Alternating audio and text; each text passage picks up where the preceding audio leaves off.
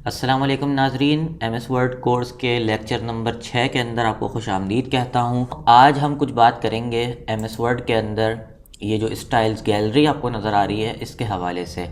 दोस्तों, हम ये पहले एक अपना डॉक्यूमेंट बना चुके हैं और उसके अंदर देख चुके हैं हम कि हेडिंग्स वगैरह का क्या किरदार होता है, किस तरीके से हम नॉर्मली टेक्स्ट की फॉर्मेटिंग कर रहे होते हैं। तो आज एक स्टेप आगे बढ़ते हैं और देखते हैं कि हम मज़ीद अपने कामों को बेहतरी से किस तरीके से सरअंजाम दे सकते हैं। तो दोस्तों, ये आप देख रहे हैं कि यहाँ पर आपके पास ये टाइटल है और ये टाइटल हमने जिस तरीके से यहाँ पर फ़ॉन्ट में फॉर्मेटिंग के ज़रिए हमने ऑटोमेटिकली लगाया था, उसके बाद भी उसको मज़ीद कुछ एडिट किया था अपनी ख्वाहिश के मुताबिक। तो उसके बाद हमने जब एडिटिंग कर ली थी तो उसके बाद इसकी ये शक्ल नज़र आई थी हमारे पास। लेकिन अगर हम इसी डॉक्यूमेंट के अंदर कोई एक नया टाइटल देते हैं और उसके बाद हम चाह रहे हैं उसके के ऊपर ये वाली सेम फॉर्मेटिंग आ जाए और उसके अंदर हम यही वाला टाइटल यहाँ से सेलेक्ट करते हैं, तो ऐसा मुमकिन नहीं हो पाएगा।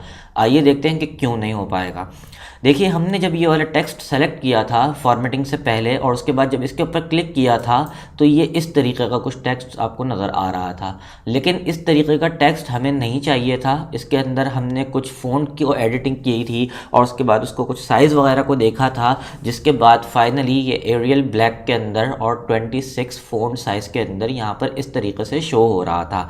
लेकिन अब क्योंकि टाइटल को हमने जो स्टाइल है इसको एडिट हमने नहीं किया था, तो इसलिए हम जब भी कोई अब नया टाइटल बनाएंगे तो उसके अंदर हमें ये टाइटल चूज़ करने के बाद इसके बाद वापस से इसके ऊपर फ़ॉन्ट और फॉर्मेटिंग वगैरह करनी होगी। लेकिन अगर हम इससे बचना चाहते हैं तो फिर उसके लिए ये करना पड़ेगा कि हमने यहाँ पर ये जो टेक्स्ट सेलेक्ट किया हुआ है इसको सेलेक्ट करने के बाद यहाँ पर स्टाइल्स का जो मोर का ऑप्शन है, मोर बटन खोलते हैं हम और उसके बाद यहाँ पर देखते हैं तो यहाँ पर आपके सामने 3 ऑप्शन आ रहे हैं। पहला ऑप्शन तो ये है कि save selection as new quick style.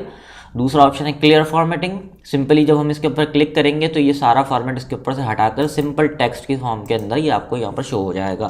लेकिन हमने ये नहीं करना है। मोड के ऊपर वापस जाते हैं, अप्लाई स्टाइल्स। अप्लाई स्टाइल्स अगर आप करते हैं तो नए सिरे से यहाँ पर ये सारे स्टाइल्स की पूरी लिस्ट शो करा रहा होगा। लेकिन हमने करना सिर्फ ये है कि हमने जो ये वाला जो स्टाइल यहाँ पर अप्लाई किया हुआ है उसको सेव करते हैं सिलेक्शन के तौर पर, और सिलेक्शन के तौर पर हम यहाँ पर इसका नाम दे देते हैं माई टाइटल।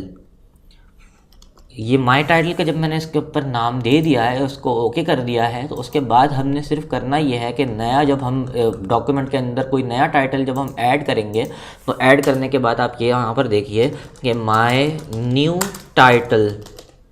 अब ये माई न्यू टाइटल मैंने अगर लिखा है और उसके बाद मैं चाहता हूँ कि इसके ऊपर वही वाली सारी की सारी फॉर्मेटिंग अप्लाई हो जाए, तो उसके अंदर हमने करना ये है कि एक तो सिलेक्ट किया इसको, और सिलेक्ट करने के बाद अगर मैं वही पुराना टाइटल यूज़ करता हूँ, ये वाला जो हेडिंग है हमारी, ये जो वाला जो टाइटल का जो ऑप्शन था, ये जो हमने पिछली मरतबा सेलेक्ट किया था, तो ये इस तरीके का शो होगा। लेकिन अगर मैं माई न्यू टाइटल जो मैंने अभी अपने नए नाम से सेव किया है कि माई टाइटल, तो इसको अगर मैं सेलेक्ट करता हूँ तो ये सेम टू सेम वही वाली फॉर्मेटिंग है जो कि हमने अभी ऊपर की तरफ वहाँ पर हमने सेव करवाई थी, ये वाली।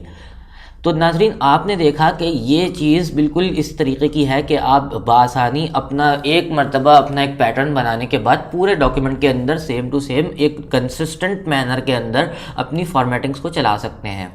अब मज़ीद ये है कि अगर मैं चाहता हूँ कि मेरे सारे टाइटल, अब मिसाल के तौर पर मैंने कई सारे टाइटल्स बना लिए और उसके बाद मैं सोचता हूँ कि यार ये मुझे अच्छा नहीं लग रहा, तो मैं अब इसको चेंज करना चाह रहा हूँ। मैं चाहता हूँ कि नहीं, ये थोड़ा सा बड़ा होना चाहिए, तो थोड़ा सा बड़ा होने के लिए मैंने इसको 48 साइज़ कर दिया, या फिर 48 साइज़ ना किया तो 38 साइज़ कर दिया। अब ये 36 साइज़ जो है, ये 36 साइज़ यहाँ पर तो हो गया, लेकिन उसके बाद जो हमारे पास जो नया टाइटल है वो अभी तक 26 पर है। इसका हल सिर्फ इतना सा है कि आप सिंपली इसको वापस से अंडू करेंगे और इसको 26 साइज़ के ऊपर लेकर आएंगे। 26 साइज़ के ऊपर लेकर आने के बाद राइट क्लिक करेंगे, टेक्स्ट के ऊपर कर्सर रखकर, यहाँ पर देखिए कर्सर रखा और टेक्स्ट के ऊपर राइट क्लिक किया। राइट क्लिक करने के बाद ये स्टाइल्स का जो ऑप्शन है यहाँ पर जाएंगे और स्टाइल के ऑप्शन के अंदर जाने के बाद जब आप देखते हैं यहाँ पर तो एक ऑप्शन है कि select text with similar formatting.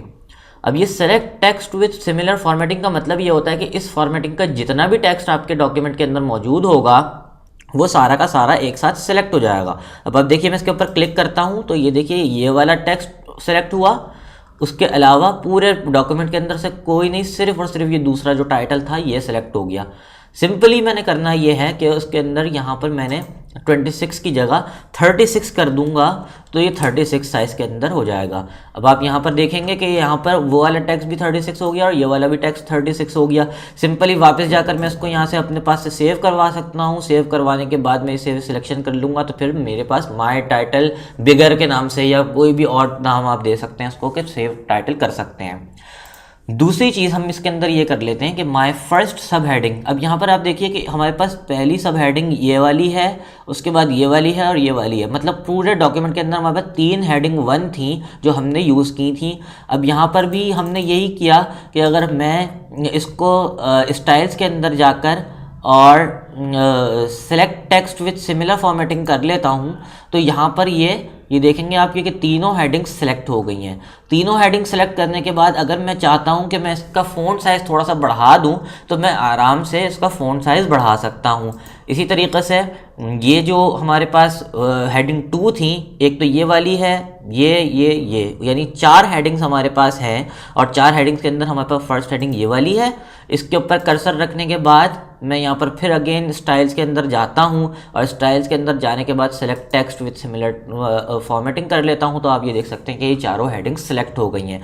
तो इसका फ़ायदा ये है कि अगर इन केस अगर आप नए सिरे से कोई हेडिंग बनाते हैं और आप चाहते हैं कि इसके ऊपर फॉर्मेटिंग की कुछ थोड़ी बहुत एडिटिंग कर लें, तो आप सिमिलर फॉर्मेटिंग को चूज़ कर सकते हैं और उसके बाद कोई नया स्टाइल अप्लाई कर सकते हैं। तो अब अगर मैं कोई नया सिरे से कुछ टेक्स्ट एडिट करता हूं अपने इसी डॉक्यूमेंट के अंदर, तो हम यहाँ पर कुछ टेक्स्ट डाल लेते हैं पहले, और टेक्स्ट डालने के बाद हम यहाँ पर ये टेक्स्ट एडिट कर लिया और टेक्स्ट यहाँ पर ऐड हो गया है। तो अब इनिशियली अगर मैं चाह रहा हूँ कि यहाँ पर मेरे पास हेडिंग 1 हो, हेडिंग 1, और यहाँ पर मेरे पास हेडिंग 2 हो, और यहाँ पर एक मर्तबा मैं फिर से इसको कॉपी करके यहाँ पर पेस्ट कर देता हूँ और पेस्ट करने के बाद यहाँ पर हेडिंग 3 डाल देता हूँ। तो यहाँ पर आप देख रहे हैं कि एक टाइटल और यहाँ पर डॉक्यूमेंट की जो मुस्तकिल जो टेक्स्ट है वो भी मौजूद है, और उसके बाद हेडिंग कोई 3 हेडिंग्स कोई एग्जाम्पल के तौर पर मौजूद हैं यहाँ पर।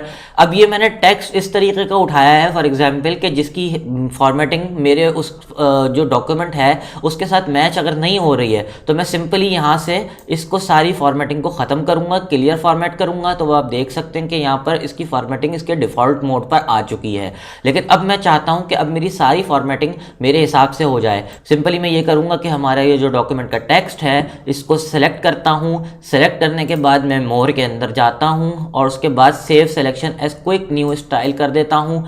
Save selection as quick new style करने के बाद मैं यहाँ पर लिखता हूँ कि नॉर्मल पैराग्राफ। नॉर्मल पैराग्राफ को मैंने सेलेक्ट कर लिया और ओके कर दिया। इसको मैं किसी भी नए टेक्स्ट को इस वाली फॉर्मेटिंग के ऊपर लेकर आना चाह रहा हूँ, तो सिंपली मैं इसको सेलेक्ट करूँगा। यहाँ पर इसको सेलेक्ट कर लेते हैं पहले। सेलेक्ट करने के बाद ये जो नॉर्मल पैराग्राफ है इसके ऊपर मैं क्लिक करता हूँ, तो हमारे पास ये जो डॉक्यूमेंट का जो हमारे पास फॉर्मेटिंग थी वो यहाँ पर अप्लाई हो चुकी है।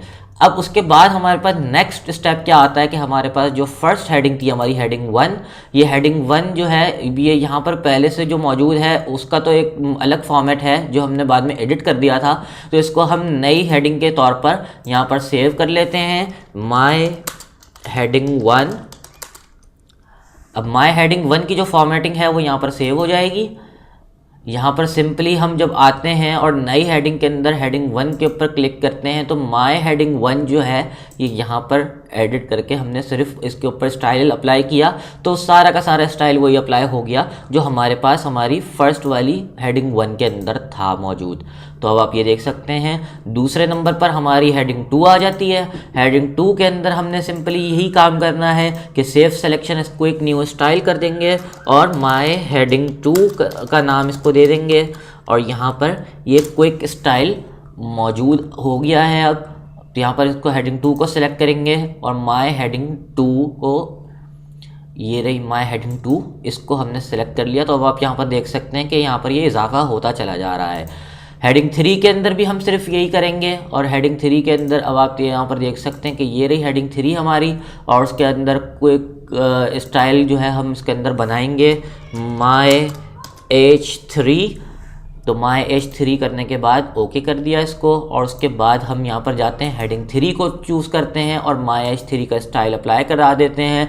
तो सिंपली आप ये देख सकते हैं कि कितनी आसानी से हमारे पास अब नए जो फॉर्मेटिंग है वो हमारे लिए मुमकिन हो सकेगी।